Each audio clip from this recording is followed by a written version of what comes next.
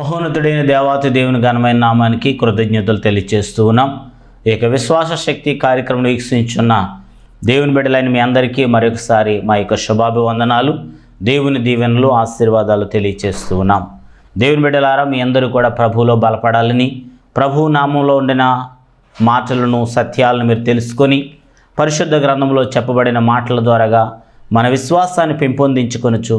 ప్రభువునందు గొప్ప కార్యాలు చూడాలి, ప్రభువునందు అద్భుతాలు చూడాలి, ఆశ్చర్యకాలు చూడాలనే ఒక విశ్వాసంతో మీ అందరి మధ్యలోనికి ఈ వాక్యాన్ని, భారభరితమైన పరిచర్యని ప్రభు యొక్క ప్రేరేపణ బట్టి, మా యొక్క సంఘ బిడ్డల యొక్క సహాయ సహకారాలను బట్టి మరి కార్యక్రమాలను ముందుకు నడిపించడానికి ప్రభు కృప చూపిస్తూ ఉన్నారు. దేవుని బిడ్డలారా, మీరును ప్రార్థన చేయండి. కార్యక్రమాలు మరింత దీవెనకరంగా, ఆశీర్వాదకరంగా, అనేక మందికి మేలుకరంగా ఈ కార్యక్రమాలు నిర్వహించబడాలని మీ అందరూ కూడా ప్రార్థన చేయాలని ప్రేమతో మీకు మనవి చేస్తున్నాం. మరి శ్రేష్టమైన సమయంలో దేవుని వాక్యంలోనికి వెళదాం. గతించినటువంటి వారంలో మనము మాట్లాడుకున్నటువంటి సత్యములు, మరి తండ్రి అయిన దేవుడు హిజ్కియాతో మాట్లాడిన మాట, కన్నీళ్లు విడుచుట చూచితిని, నీవు కన్నీళ్లు విడుచుట చూచితిని తండ్రి అయిన దేవుడు మాట్లాడినట్లుగా ఈ యొక్క సమయంలో కూడా అదే యొక్క మాటను గూర్చి మరి ఇంకా ఎవరు కన్నీరు విడిచారో, ఆ కన్నీటి వలన ఎలాంటి అద్భుతాలు జరిగాయనేది మనము ఈ యొక్క వారంలో కూడా మనం ధ్యానం చేద్దాం. దేవుని బిడ్డలారా, రండి. యోహాను శుభవార్త 11వ అధ్యాయము 35వ వచనము, 43వ వచనము, 44వ వచనాన్ని నేను చదువుతూ ఉన్నాను. మీరు చూడాలని మనవి చేస్తూ ఉన్నాను. యేసు కన్నీళ్లు విడిచెను. ఆయన అలాగు చెప్పి లాజరు బయటకు రమ్మని బిగ్గరగా చెప్పగా, చనిపోయిన వాడు కాళ్ళు చేతులు ప్రేత వస్త్రములతో కట్టబడిన వాడే వెలుపలికి వచ్చెను. అతని ముఖమునకు రుమాలు కట్టియుండెను. అంతటా యేసు, మీరు అతని కట్లు విప్పిపోనీయడని వారితో చెప్పెను. దేవుడు తన పరిశుద్ధ వాక్యమును దీవించునుగాక. చిన్న ప్రార్థన చేసుకు. దయగలిగిన దేవా, కృపగలిగిన తండ్రి, ఈ శ్రేష్టమైనటువంటి వాక్యం సత్యములను తండ్రి ధ్యానించుటకు నీ పాదసన్నిధికి వచ్చిన బిడ్డలైన ప్రతి ఒక్కరిని కూడా మీరే దీవించమని, ఆశీర్వదించమని, అల్పుడనైన నన్ను నీ సిలువ చాటును మరుగుపరుచుకొని నీ బిడ్డలకు కావలసినటువంటి నీ దివ్యమైన వర్తమానములు అందించి నిజముగా వారి కన్నీరు తుడిచే దేవుడు అయినావు గనుక వారి కన్నీరును ఏ రీతిగా తొడవబోతున్నావో, వారి కన్నీటి ద్వారాగా ఎలాంటి ఆశీర్వాదాలు ఇవ్వబోతున్నావో మీరే నేరుగా మాట్లాడి నీ బిడ్డలను మీరే బలపరిచి దీవించి మీరే మహిమ పొందమని యేసు నామమున అడుగుచున్నాం తండ్రి. ఆమేన్, ఆమేన్. ఈ యొక్క సమయంలో దేవుని బిడ్డలారా, హిజ్కియా కన్నీళ్లు విడిచట చూచిన దేవుడు ఆయన స్వస్థపరిచారు. దావీదు కన్నీరు విడిచట చూచిన దేవుడు అతనికి గొప్ప అధికారమును, గొప్ప స్థాయిని ఇచ్చారు. అలాగనే యోబు యొక్క కన్నీటి ప్రార్థనను బట్టి తన యొక్క జీవితంలో రెట్టింపు ఆశీర్వాదాన్ని దేవుడు ఆయనకి ఇచ్చారు. పాపాత్ములైన స్త్రీ కన్నీటి ప్రార్థనను బట్టి ఆమె యొక్క పాపములు క్షమించబడి సమాధానం పొంది వెళ్ళడాన్ని మనం చూసాము. దీని బిడ్డలారా, ఈ సమయంలో యేసు క్రీస్తు ప్రభువారే కన్నీరు విడిచినట్లుగా మనం ఈ భాగంలో చదువుతూ ఉన్నాం. ఎందుకనగా ఆయన నరావతారిగా, శరీరధారిగా ఈ భూలోకానికి వచ్చిన దేవుడై ఉన్నారు. ఆయన శరీరధారిగా ఉండినటువంటి కాలము ఉన్నది, శరీరము ధరించకుండా ఉన్న కాలము కూడా ఆయనకు ఉన్నది. దేని బిడ్డలారా, అనగా ఆయన పరలోకమందు ఉన్నారు, ఏదేను తోటలో ఉన్నారు, ప్రతి చోటన ఆయన ఉన్నారు. అయితే ఈ భూలోకానికి ఆయన వచ్చుటకు ఈ యొక్క మరియ తల్లి గర్భములో ఆయన మరి యొక్క మానవ శరీరాన్ని ధరించి భూమి మీదకు వచ్చిన వారై ఉన్నారు. ఆయన భూమి మీదకు వచ్చినటువంటి వారై ఉండి ఆయన మానవాళికి ఏ విధముగా భక్తి చేయాలి, ఏ విధముగా మీరు పరలోక రాజ్యం చేరుకోవాలి, ఏ విధముగా మీరు దేవుని దీవెన పొందాలి అనేటువంటి కొన్ని సత్యాల్ని ఆయన మనకి చూపించి ఉన్నారు. ఆ విధముగా ఆయన ప్రార్థనా జీవితము కానీ, ఆయన భక్తి జీవితము కానీ, ఆయన యొక్క పరిశుద్ధమైన జీవితం కానీ మనందరికీ కూడా ఒక మంచి ఆదర్శవంతమైన వ్యక్తిగా ఆయన జీవించారు. అయితే ఈ యొక్క సందర్భంలో ఆయనకి అత్యంత పరిచయమైనటువంటి ఆ యొక్క బేతనీ అనేటువంటి గ్రామంలో ఉన్నటువంటి మరియా, మార్తలు, అలాగే వారికి ఉన్నటువంటి సహోదరుడైన లాజరు, వీరెంతో సన్నిహితులుగా ఉన్నారు.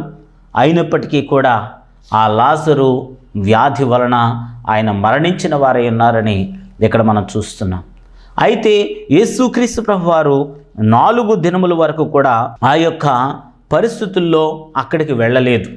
ఆయన చనిపోయిన 4వ దినములో వచ్చినప్పుడు వారి యొక్క సహోదరి చెప్తూ ఉంటున్నారు, ప్రభువా ఇప్పటికే తన శరీరము మరి కుళ్ళిపోయి ఉంటుంది అని చెప్పినప్పటికీ కూడా యేసుక్రీస్తు ప్రభువారు అక్కడికి నిలిచి కన్నీళ్లు విడిచెను అని ఇక్కడ వాక్యాన్ని మనం చూస్తూ ఉన్నాం. అనగా యేసుక్రీస్తు ప్రభువారు ప్రతి విషయాన్ని కూడా మనకు ఒక మాదిరి ఉంచుతూ ఉన్నారు.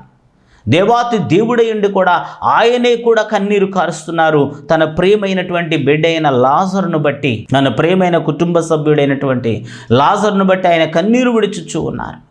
కనుక ఈ రోజున నీ కుటుంబంలో ఎవరైనా సమస్యలు ఉన్నప్పుడు, శోధన ఉన్నప్పుడు, వ్యాధులు ఉన్నప్పుడు, బలహీనతలు ఉన్నప్పుడు, మరణ పడక మీద ఉన్నప్పుడు మనము కూడా కన్నీటితో ప్రభు సన్నిధిలో ప్రార్థన చేయాలి.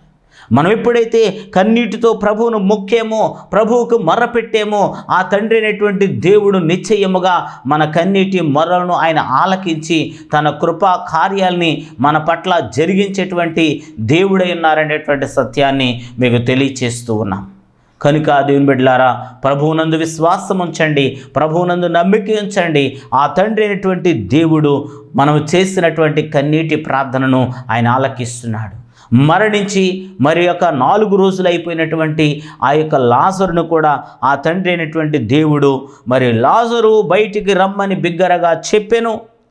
మరి యొక్క పేత వస్త్రములతో కట్టబడిన వాడే వెలుపలికి ఆయన బయటికి వచ్చారు. ఆమేన్, హల్లెలూయా. దేవుని బిడ్డలారా, ఇక్కడ ప్రభు యొక్క కన్నీటి ప్రార్థనకు ఎంత శక్తి ఉన్నదో మనం ఇక్కడ చూస్తున్నాం. కనుక మన కన్నీటికి కూడా ఆయన విలువ ఇస్తూ ఉన్నాడు. ఆ కన్నీటి ప్రార్థన గొప్ప విజయాన్ని ఇస్తూ ఉంది. మరణించిన వారిని సహితము లేవనెత్తగలిగిన శక్తి ఆ యొక్క కన్నీటి ప్రార్థనకు ఉందనే సత్యాన్ని మీరు గ్రహించి మీ కుటుంబము కొరకు, మీ పరిస్థితుల కొరకు మీరు భారంతో ప్రార్థన చేయాలని ప్రేమతో మనవి చేస్తూ ఉన్నాం. మరొక విధంగా చూసినట్లయితే ఆయన కట్ల చేత కట్టబడి ఉన్నారటండి. మన జీవితాల్లో కూడా పాపం అనే కట్లు, రోగం అనే కట్లు, కులం అనే కట్లు, మతం అనే కట్లు మనల్ని బంధించి ఉంచాయేమో. నీవు మరి దేవుని బిడ్డగా మార్చబడినప్పటికీ కూడా ప్రభువును స్తుతించలేకపోతున్నావేమో, ప్రభువును ఆరాధించలేకపోతున్నావేమో, ప్రభు సన్నిధిలో కొనసాగలేకపోతున్నావేమో. కానీ తండ్రి అయినటువంటి దేవుని సన్నిధిలో నీవు నిశ్చయముగా ఆ ప్రభు యొక్క బిడ్డగా కొనసాగినప్పుడు ఆ కట్లన్నీ కూడా తొలగించుకొని ప్రభు యొక్క సన్నిధిలో నువ్వు కొనసాగాలని దేవుడు మనతో మాట్లాడుతూ ఉన్నారు. ఈ సందర్భంలో మనం చూస్తున్నట్లయితే దేని బిడ్డలారా, యేసుక్రీస్తు ప్రభువారు ఎందుకు 4 దినాలైన తరువాత వెళ్ళారు అనేటువంటి విషయాన్ని మరి ధ్యానం చేసినట్లయితే దేని బిడ్డలారా, మరి ఇక్కడ మరి ఆ యొక్క యాయీరు అనబడిన ఒక కుమార్తె అప్పుడే మరి రోగము చేత ఉండినది. ఆ రోగము వలన మరి అప్పుడే మరణించింది. అదే సమయంలో యేసుక్రీస్తు ప్రభువారు ఇంటికి వచ్చారు. అక్కడ ప్రజలందరూ కూడా గొల్లుగా ఉన్నారు.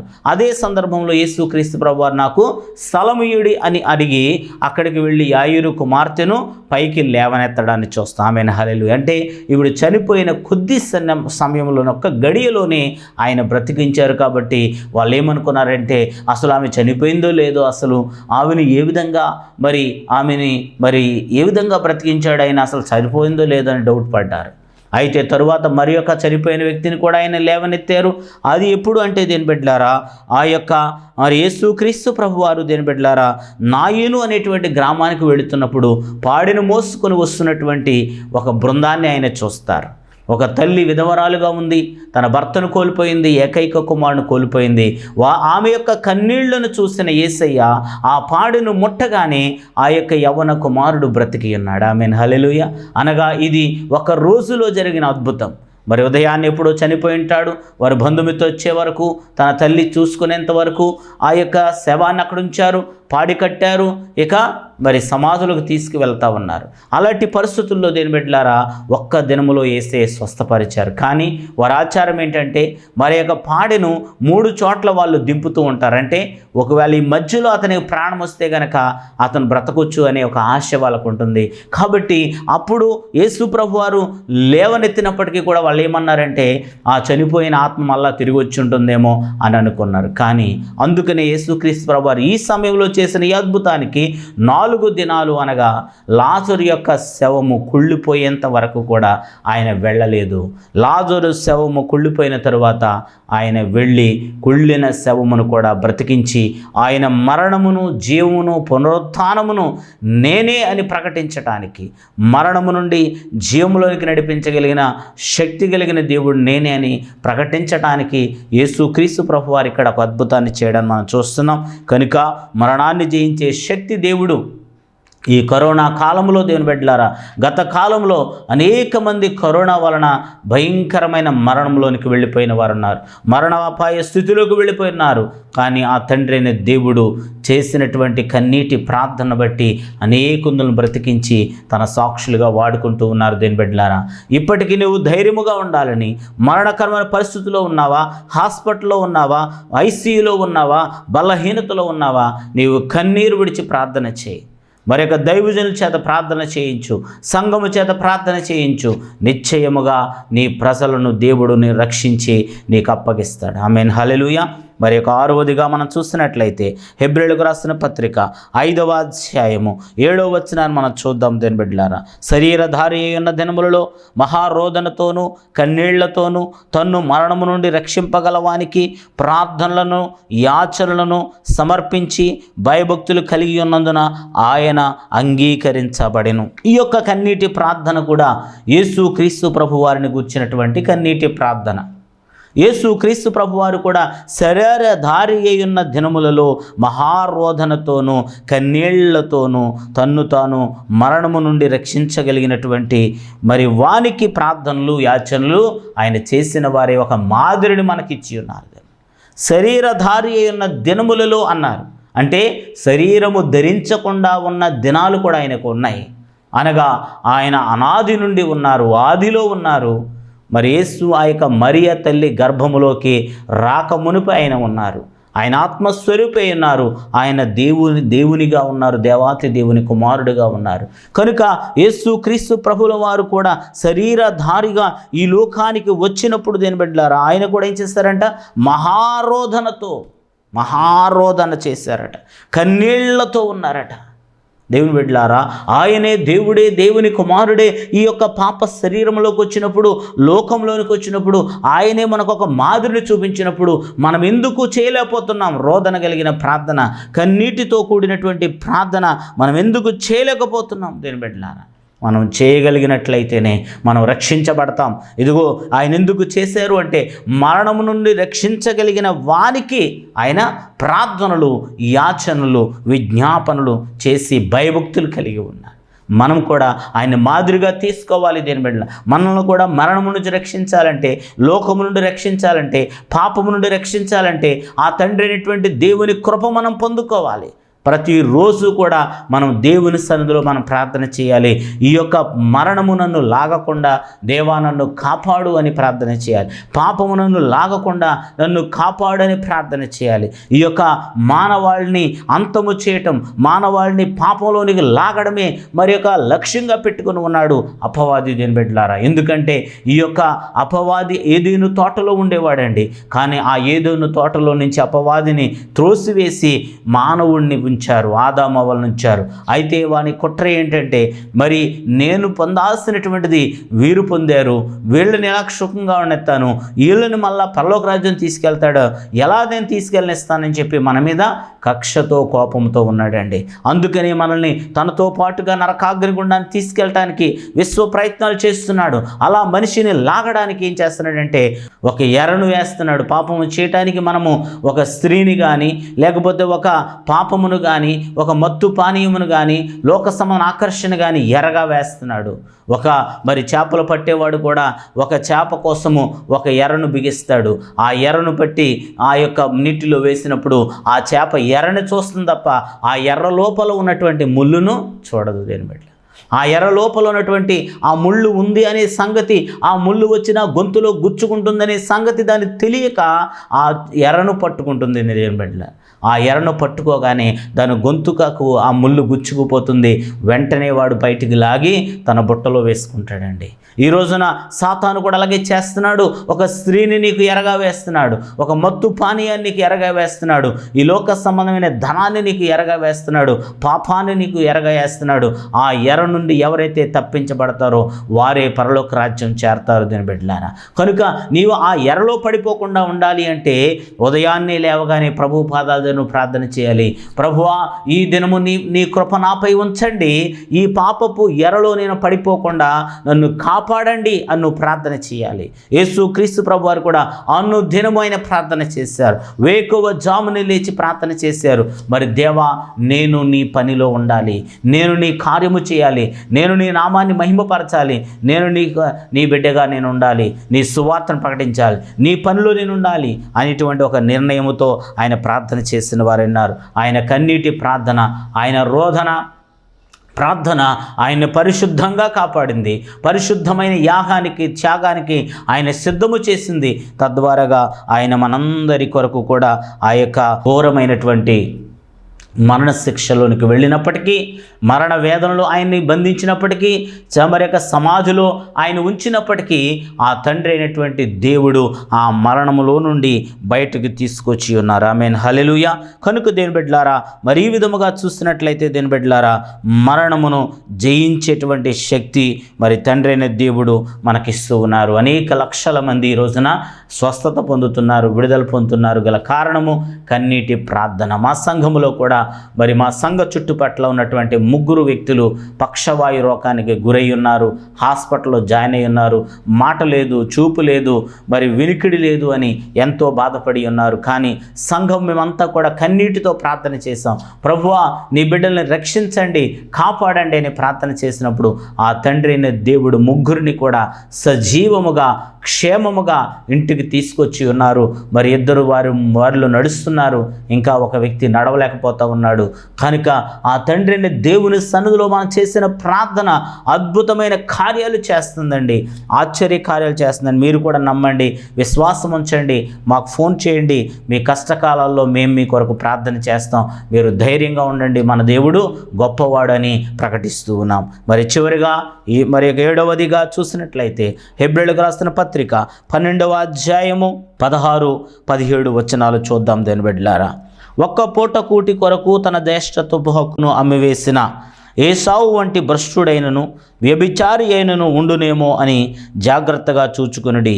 ఏసావు ఆ తరువాత ఆశీర్వాదము పొందగోరి కన్నీళ్లు విడిచుచు దానికోసరము శ్రద్ధతో వెదికినను మారు మనసు పొందని అవకాశము దొరకక విసర్జింపబడినని మీరెరుగుదురు. ఆమేన్. దేవుని బిడ్డలారా, ఇప్పటి వరకు కూడా యేసు క్రీస్తు ప్రభు వారు ఒక మాదిరికరమైనటువంటి కన్నీటి ప్రార్థన యోధులుగా మనకు చూపించి ఉన్నారు దేవుని బిడ్డలారా.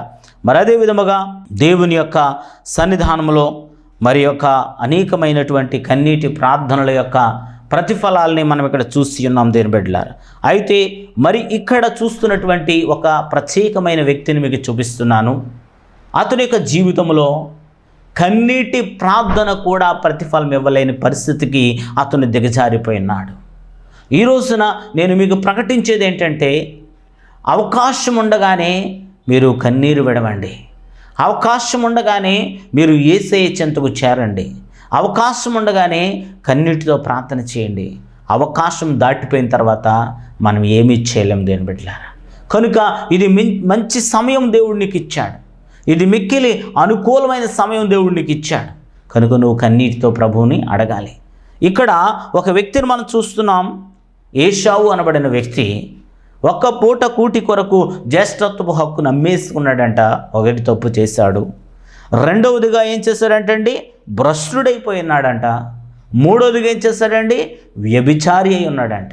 ఇన్ని పాపాలు చేసి, ఇన్ని దోషములతో జీవిస్తూ ఆ తండ్రి అయినటువంటి మరి యొక్క ఇస్సాకు నీకు బలి అర్పణ తీసుకురమ్మనంటే అతను తిరుగుతానే ఉన్నాడు. దేని బిడ్డ, ఇతనిలో ఏముందండి, పాపం ఉండింది కాబట్టి ఆ పాపం ఏం చేస్తుంది, లోకంలో తిప్పుతూ ఉంది తప్ప తండ్రి ఆశీర్వాదం వైపు అతను చూడలేకపోయాడు. తండ్రి ఆశీర్వాదం దగ్గరికి రాలేకపోయాడు. ఎందుకంటే తనలోనే సరైనటువంటి ఒక ఆశీర్వాదానికి పొందటానికి యోగ్యత అతనిలో కనపడట్లే. ఇక్కడ యాకోబుకైతే తన పరిశుద్ధ జీవితం కలిగి ఉన్నాడు, తన యొక్క తల్లి మాటకు లోబడి ఉన్నాడు, అర్హుడుగా ఉన్నాడు. ఈ సందర్భాన్ని బట్టి తల్లి గర్భములోనే మరిక ఏశావు దేని బిడ్డలారా ఆ విధముగా విసర్జించబడ్డాడు. ఈ విధముగా చూసినట్లయితే దేని బిడ్డలారా అతను అంతా కూడా అయిపోయింది, తన జీవితం అంతా కూడా పాడు చేసుకున్నాడు. అయితే చివరికి తన తమ్ముడి కంటే ఆలస్యంగా వచ్చి తనేమడుగుతున్నాడంట, మరి తండ్రి ఒక్క ఆశీర్వాదమైనా ఉంటే నాకు ఇవ్వండి అయ్యా, ఒక్క ఆశీర్వాదమైనా లేదా అని ఏడుస్తాడండి. కానీ తండ్రి చెప్తాడు, మరి బాబు నా దగ్గర ఉన్న ఆశీర్వాదాలన్నీ ఇచ్చేశాను, ఇక నా దగ్గర శాపములు మాత్రమే ఉన్నవి అంటాడు. అనగా దేవుని బిడ్డలారా సమయము ఆలస్యము చేస్తే, దేవుడిచ్చినటువంటి ఆ మంచి సమయాన్ని మనం వ్యర్థం చేసుకుంటే, దేవుడు మనకు మారు మనసు పొందడానికి ఇచ్చిన సమయాన్ని వ్యర్థం చేసుకుంటే, మన జీవితాన్ని సర్వనాశనం చేసేంత వరకు కూడా మన జీవితంలో ముందుకు వెళ్ళిపోతూ ఉన్నట్లయితే, మరి మారు మనసు పొందకుండా ఉన్నట్లయితే ఒక సమయంలో నీవు కన్నీరు విడిచినా కూడా ఆ కన్నీళ్ల వలన ప్రయోజనం ఉండదు. ఇదిగో ఇది మంచి సమయం అని దేవుడు నీతో మాట్లాడుతున్నప్పుడు ఇప్పుడే పశ్చాత్తాపడు, ఇప్పుడే కన్నీరు విడువు, ఇప్పుడే ప్రార్థన చేయి. ఈ సమయాన్ని దాటిపోయిన తర్వాత ఇక నీ జీవితాన్ని ఎవరు కాపాడలేరు. ఇక్కడ ఏశావు పరిస్థితి కూడా అలాగే అయిపోయిందంటే, శ్రద్ధగా వెతికినను ఆశీర్వాదం పొందగోరి కన్నీళ్లు విడిచుచు శ్రద్ధగా వెతికినను మారు మనసు పొందుటకు అవకాశము దొరకక విసర్జింపబడెను. ఎంత ఘోరమైన పరిస్థితి దేని బిడ్డలారు ఇది. మానవాళికి అదే పరిస్థితి వస్తూ ఉంది. అలనాడు నోవాహు దినములలో కూడా ఆ యొక్క జనాంగాల్ని పిలిచినప్పుడు వారు రాలేదు. వాడ తలుపు మూయబడిన తరువాత వాళ్ళు వచ్చారు, కానీ ప్రయోజనం లేకపోయింది. ఇదిగో రక్షణ ద్వారాలు ఇప్పుడు తెరవబడి ఉన్నాయి. రక్షణ ద్వారాలు మూయబడిన తర్వాత మీరెంత కన్నీరుతో ప్రార్థన చేసినా అది మీకే ప్రయోజనం ఉండదు. కనుక ఇప్పుడే నేడు అనబడిన దినము ఉండగానే, నీవు మంచి రోజులు ఉండగానే నీవు ప్రభు వైపు తిరగాలి. మరి ఇక ఏశావు వలె నీవు ప్రభువు సన్నిధానంలో కోల్పోకూడదు దేవుని బిడ్డలారా. కనుక ఈ రోజున దేవుని బిడ్డలారా ఈ యొక్క అపవాది చేసినటువంటి భయంకరమైనటువంటి ఉచ్చులో బిగుసుకొని పోయాడు దేవుని బిడ్డలారా ఈ యొక్క ఏశావు దేవుని బిడ్డలారా. కనుక ఈ విధముగా తన జీవితంలో సమస్తాన్ని కోల్పోయినాడు దేవుని బిడ్డలారా. కానీ మనము దేవుని కొరకు ప్రత్యేకించబడిన వారమే జీవించాలి, పరిశుద్ధమైన జీవితాన్ని కలిగి ఉండాలి. మరి యొక్క బెన్నీ అనబడినటువంటి ఒక యవనస్తుడు తన తల్లికి ఒక ప్రమాణం చేశాడు, అయ్యా అమ్మా, మరి నా జీవితంలో నేను ప్రతిరోజు ప్రార్థన చేస్తాను, ప్రతిరోజు దేవుని వాక్యాన్ని చదువుతాను, ప్రతిరోజు కూడా దేవుని ధ్యానిస్తాను, మూడవదిగా మత్తు పానీయాన్ని నేను ముట్టుకోనని చెప్పారండి. అదేవిధంగా అతను మిలిటరీలోకి వెళ్ళిన తర్వాత అతను ఘోర యుద్ధంలో శరీరం అంతా కూడా బుల్లెట్లతో కాల్చబడి ఉంది. ఆ బుల్లెట్లు బయటకు తీయాలి అంటే ఆ రోజుల్లో మత్తు మందు లేదు దేని బిడ్డలారా.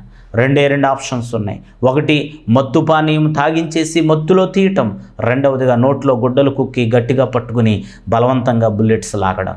ఆ సమయంలో ఆయన అడిగితే ఆయన చెప్పాడు, అయ్యా నాకు రెండవదిగా చేయండి, నేను మత్తు పాని తీసుకెందుకంటే మా అమ్మగారికి నేను మాటిచ్చాను కాబట్టి నేను మత్తు తీసుకోను, నేను చనిపోయినా పర్వాలేదు, నా నోట్లో గుడ్డలు కొక్కి నా శరీరం చేయండి అన్న చెప్పినప్పుడు ఆ యొక్క శరీరంలో అదే విధంగా అతన్ని చేశారు దేని బిడ్డలారా. కానీ ఆ బుల్లెట్లు తీస్తున్నప్పుడు అతను చనిపోయాడు. కానీ చనిపోకముందు చెప్పాడు, మా అమ్మగారికి ఒక లెటర్ రాయండి, ఆ లెటర్లో మీరు చెప్పండి, అమ్మ మరి నీ కుమారుడు నీకు చేసిన 3 ప్రమాణాలు, రోజు వాక్యాన్ని చదివాడు, రోజు ప్రార్థన చేశాడు, ఈ చనిపోతున్న పరిస్థితి వచ్చినప్పటికీ మత్తు పానీయం తీసుకుండా పరిశుద్ధంగా దేహాన్ని కాపాడుకున్నాడు అని ఒక ఉత్తరం రాయండి అని చెప్పినప్పుడు ఒక అన్యుడైనటువంటి డాక్టరు ఆ ఉత్తరం రాస్తూ కన్నీళ్లు విడిచి తన హృదయాన్ని యేసయ్యకి సమర్పించాడు. ఆమేన్, హల్లెలూయా. ఈ విధముగా బెన్నీ తను చనిపోతూ కూడా ఒక ఆత్మను రక్షించాడు. ఈ రోజున నీ పరిశుద్ధ జీవితం నీ కుటుంబాన్ని రక్షించాలి, నీ గ్రామాన్ని రక్షించాలి, నీ ప్రాంతాన్ని రక్షించాలి. ఇదిగో తండ్రి అయిన దేవుడు మనకు వాగ్దానం ఇస్తున్నాడు. ఇదిగో హిజ్కియా వలె నువ్వు కన్నీళ్లు కారుస్తున్నావా, నువ్వు స్వస్థత పొందుతావు, నిశ్చయంగా లేవనెత్తబడతావు. దావీదు వలె కన్నీళ్లు కారుస్తున్నావా, గొప్ప విజయాలు చూస్తావు. యోబు వలె కన్నీరు కార్చవా, రెట్టింపు ఆశీర్వాదం పొందుతావు. పాపాత్మురాలైన స్త్రీ వలె కన్నీరు కార్చవా, సమాధానం పొందుతావు. యేసు క్రీస్తు ప్రభు వారి వలె కన్నీరు కార్చవా, పరలోక రాజ్యాన్ని పొందుతావు, మరణాన్ని కూడా జయిస్తావు. చివరిగా ఏశావు వలె సమయం అయిపోయిన తరువాత కన్నీరు కార్చిన ఏ ప్రయోజనం లేదు. కాబట్టి ఇప్పుడే కన్నీరు కారుద్దాం. యేసయ్య పాదాల దగ్గర మన పాపాలు ఒప్పుకుందాం, యేసయ్య బిడ్డలుగా మార్చబడదాం. దేవుడట్టి కృప మనకు దయచేసి దీవించునుగాక. ఆమెన్. రండి ప్రార్థన చేసుకుందాం. దేవానికి స్తోత్రములు తండ్రి. ఇంత సమయం వరకు నీ బిడ్డలైన ప్రతి ఒక్కరితో మీరే తండ్రి మాట్లాడినందుకు వందనాలు, స్తోత్రాలు. అవును తండ్రి, కన్నీటిలో ఎంతో విలువ ఉంది, కన్నీటి ప్రార్థనలో ఎంతో శక్తి ఉంది, ఎంతో ఆశీర్వాదం ఉంది. దాన్ని నీ బిడ్డలు గ్రహించుకొని సమయం ఉండగానే వారు నీ పాదాల దగ్గర కన్నీటితో ప్రార్థించే నాయన మంచి అవకాశం వారికి ఇచ్చి నాయన వారి కన్నీరును నాట్యముగా మార్చి వారి జీవితాల్లో గొప్ప మేలులతో నింపి మీరే మహిమ పొందమని ప్రార్థిస్తున్నాం. వారి దుఃఖములు తీసివేయండి, కన్నీరు తీసివేయండి, బాధ తీసివేయండి, దుఃఖము శరీర బలహీనతలు తీసివేయండి. వారి శరీరములను బాధిస్తున్న ప్రతి వ్యాధుల నుండి విడుదల కలుగును గాక అని ప్రార్థిస్తున్నాం. మీరే నీ బిడ్డలకు గొప్ప జీవితం దయచేసి మీరే మహిమ పొందమని ప్రార్థిస్తున్నామని యేసయ్య మనం చూద్దాం. Praise the God. హల్లెలూయా. కన్నీరంతా నాట్యమాయేను, కష్టాలన్నీ మాయమాయేను. కన్నీరంతా నాట్యమాయేను, కష్టాలన్నీ మాయమాయేను. నా యేసుని సన్నిధిలో, నా రాజుని సముఖములో, నా యేసుని సన్నిధిలో, నా రాజుని సముఖములో ఆరాధన ఆరాధన ఆరాధన ఆరాధన ఆరాధన ఆరాధన ఆరాధన ఆరాధన ఆరాధన ఆరాధన ఆరాధన ఆరాధన ఆరాధన ఆరాధన. ఎవరు నన్ను ఏమి చేయరు, దిగులు కూడా దిగులు చెందును. ఎవరు నన్ను ఏమి చేయరు, దిగులు కూడా దిగులు చెందును. యేసు నేను ఒక్కటయ్యాము, జీవితాంతం కలసి సాగేదం. యేసు నేను ఒక్కటయ్యాము, జీవితాంతం కలసి సాగేదం. ఆరాధన ఆరాధన ఆరాధన ఆరాధన ఆరాధన ఆరాధన ఆరాధన. కన్నీరంతా నాట్యమాయేను, కష్టాలన్నీ మాయమాయేను. నా యేసుని సన్నిధిలో, నా రాజుని సముఖములో. దేవుని బిడ్డ, దేవుని సన్నిధిలో నువ్వు చేసిన కన్నీరు నాట్యముగా మార్చబడును గాక అని ప్రార్థిస్తున్నాను. ప్రతి కన్నీరు తొడబడును గాక, ప్రతి సమస్యలు తొలగించబడును గాక, వారి జీవితంలో అద్భుతములు జరుగును గాక అని ప్రార్థిస్తున్నాను. నీవు కన్నీరు విడిచుట నేను చూచి తిని, నేను నిన్ను బాగు చేసేదని ఇచ్చిన గొప్ప వాగ్దానం నీ బిడ్డ జీవితాలు నెరవేర్చి మీరే మహిమ ఘనత ప్రభావాలు ఆరోపించుకోమని నజరేయుడైన యేసు నామమున అడుగుచున్నాం పరమ తండ్రి. Amen. May God bless you all. దేవుడు దీవించును గాక. ఆమెన్.